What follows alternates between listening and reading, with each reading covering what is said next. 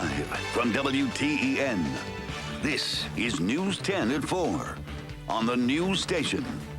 Good afternoon and welcome to News 10 at 4. I'm Lydia Kulbida. And I'm Elisa. It's only been on the books a few days, but police are already making arrests on a law meant to protect children from drunk drivers. Sentencing today for a former state Supreme Court judge convicted of bribing an Ulster County lawyer. We will have the latest on what happened in court today. The holidays are often a joyous time for many, but for some, it can be a time of depression, especially for seniors. Senior care expert Chris Carpenter is in the studio with advice on how to help beat the holiday blues. New Year less than 2 weeks away, and it is never too early to get started on that dietary resolution. Health and fitness consultant Dr. Mike Ormsby has some advice on how to get started, beginning with what's in your kitchen cupboard. And you can see he wants some nuts in your cupboard. He's big on nuts. Well, Leandra's law went into effect on Friday, and it makes driving while intoxicated with a child in a car a felony in New York. Within the past few days, police have already made several arrests, including one here in Albany County. News 10's Demetra Ganias is live from the police department in Guilderland, where the announcement was made earlier this afternoon. Demetra.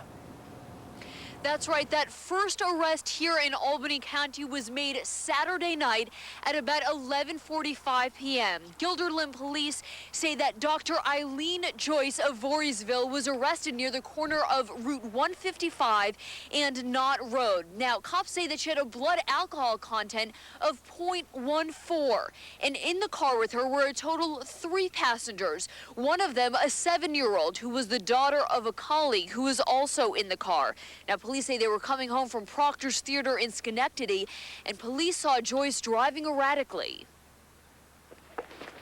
However, at the last moment, she made an erratic movement where she may have changed her mind, and therefore it called attention to her vehicle.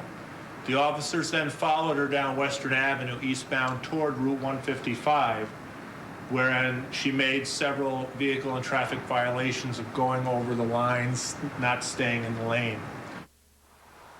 Now, the big deal about Leandra's law is that it goes from a misdemeanor to a felony to be driving under the influence with someone under 15 years old in the car. Now, that could lead to fines up to $5,000 and up to 4 years in jail. Now, Joyce is expected to be arraigned right here in Guilderland on January 7th. Live in Guilderland, Demetra Ganias, News 10. Thank you, Demetra. The rest of the results are in from this weekend's Albany County DWI blanket patrol. According to police, officers made 655 traffic stops between Friday night and Sunday morning. 9 of those were drunk driving arrests with an average blood alcohol content of 0.1445%. This was the county's 77th DWI blanket patrol. A former state Supreme Court judge will spend more than 2 years in federal prison after being convicted on attempted bribery and extortion charges. Thomas Spargo was sentenced today in Albany to 27 months in prison. In August, a jury found Spargo guilty of trying to get $10,000 from a lawyer to help pay for his defense against misconduct charges. We're following new details in this weekend's house explosion in Delmar. A teenager is in critical condition at Westchester Medical Center. The Times-Union is reporting 15-year-old Keenan Sanchez is being treated for burns he suffered inside the home on Adams Place around noon on Saturday. A fire chief who was at the scene says the boy may have been mixing rocket fuel. There is no word on why at this time. We're also following new details in the death of Brittany Murphy. Doctors in California say they will have to wait on toxicology reports to find out how actress Brittany Murphy died. So far, it appears to be that she died of natural causes. Murphy was rushed to the hospital yesterday morning after collapsing in her home. 2 hours later, she was pronounced dead. Murphy starred in films such as Clueless, 8 Miles, Uptown Girls. She was only 32 years old. Millions of people along the East Coast faced dicey commutes this morning as they returned to work after a storm dropped a record snowfall. People from New York City to Washington, D.C. got out their snow shovels, cleared off sidewalks, wiped the snow off their cars, all the stuff we're really used to. Some got into the holiday spirit with snowball fights and snowmen. Storm, however, did have its tragic side. It is being blamed for at least 7 deaths. Now, while that storm didn't hit all the way up here in the capital region, it did affect some area travelers. Storm caused flight delays and cancellations at Albany International. We found some passengers spending Sunday night at the airport as they waited for their flights, and most of those travelers that we talked to hoped they were going to reach their destination sometime today. Well, it's quiet, but it's catch up now. I mean, they get so backlogged, it takes forever to get the planes in the right spot. And so many people trying to get somewhere. It must be all at the same time. It's tough, and you know, we missed that storm by 100 miles. And that's sometimes the way it is, a very sharp cutoff line. You know, parts of Connecticut got hammered, south of Poughkeepsie down towards New York City got all the snow. So we dodged a bullet for now. For now. We know that's going to take. Hey, good to be back. Good You haven't seen much of me this month of December, have you? Are you here for a while now, or you got Christmas, New Year? My next vacation, legitimate vacation, won't be until next summer. So you're stuck with me for a while. Really? Yeah. We like to hear. I save all my time for the fall. I know you love this time of year. All right, let's check our Doppler radar tonight, the high def. And you can see there are some flurries and snow showers back over the Catskills. Now, this is more or less lake effect, so it's not going to influence our weather. With that cold air coming over Lake Ontario, out towards Binghamton, if you're traveling west on I-88, southwest of Oneonta, you'll run into a few flurries, but that's it. Cold tonight again, that's nothing new. With the wind blowing, sub-zero wind chills, 14 for Albany, 10 Bennington, Glens Falls down to 6, 2 tonight at Indian Lake, Pittsfield 10, and 11 in Schoharie. But the forecast basically dry, down to 14 tonight, single digits off to the north. Partly sunny, 24 tomorrow, wind chills near or below 0. And Wednesday, mostly cloudy, maybe a few flurries up to the north of Albany, but a quiet day, a high of 28. Much more on the holiday forecast later in the newscast.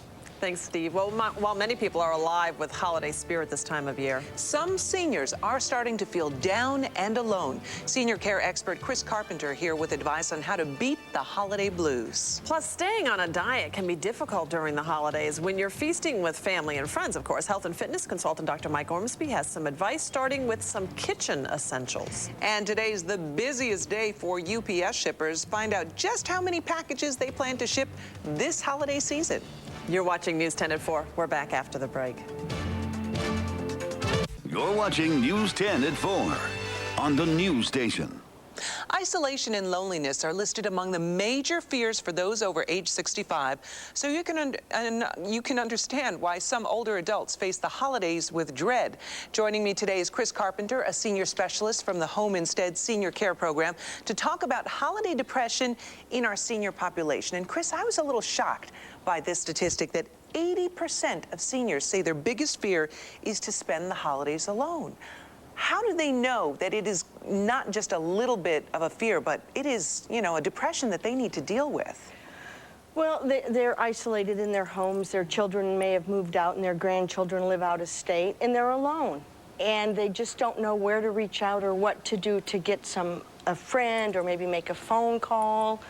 Well, those are some excellent tips that you have on how to beat the blues. The very first one that you have there is, if they're still able to do it, to volunteer. Volunteer at a senior center, at a library, at an animal shelter, any place that you can get out and have conversation or meet new people, just so you're not in the home isolated alone. And the same with call a friend, go online, write a letter. It's all ways of staying connected to people. You know, you can go out online and you can do your shopping, or you can do educational things, or even play a game.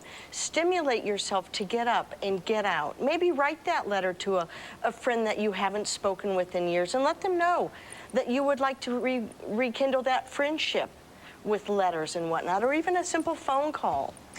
With this time of year, it's bitterly cold out there.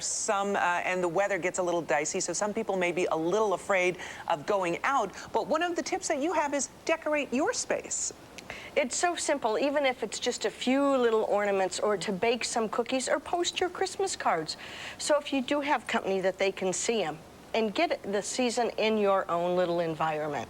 And I love watch a movie, because there's so many great holidays movies that can just boost your spirits at any time this Miracle year. on 34th Street is always a good one. Or Rudolph, even though they're children's movies, a senior can still enjoy them because maybe they had watched them with their children or their grandchildren. One of the last ones on the list you have is be a caregiver or get one. What do you mean by that? Well,